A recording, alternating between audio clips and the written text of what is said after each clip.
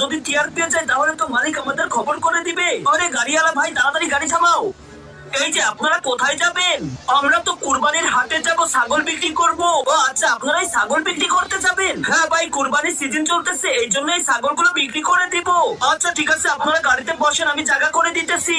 আসেন, আপনারা আসেন, পিছনে আসেন, আমি সিট খুলে দিচ্ছি, আপনারা গাড়িতে উঠে পড়েন। এই তো এখন এই গাড়িতে উঠে বসে পড়েন ঠান্ডা করে। তারপরে বন্ধুরা এই ছাগল চোর দুটো এই গাড়িতে ঠিক মতন উঠে পড়ে, কিন্তু এই গাড়ির মালিক বুঝতেই পারে না তারা ছাগল চুরি করে এনেছে। তারপরে কি হয় দেখতে থাকি, চলেন। আরে চাচা, তুমি কি ছাগল বিক্রি করতে গিয়েছিলে নাকি? বন্ধুরা, তোমাদের জন্য অনেক কষ্ট করে ইসলামিক ভিডিও তৈরি করি, কিন্তু আমাদের ভিডিও না দেখে তোমরা গান বাজনা ভিডিও দেখো। আজকে দেখবো কারা ইসলামকে ভালোবাসে, তারা এই ভিডিওতে লাইক করে চ্যানেলটি সাবস্ক্রাইব করে কমেন্টে আই লাভ ইসলাম লিখে যাবে। হ্যাঁ ভাই, ছাগল নিয়ে গিয়েছিলাম হাটে, কিন্তু একটা ছাগল বিক্রি করা হয় নাই, 4টা ছাগল আমার। আরে তোমাদের যে 4টা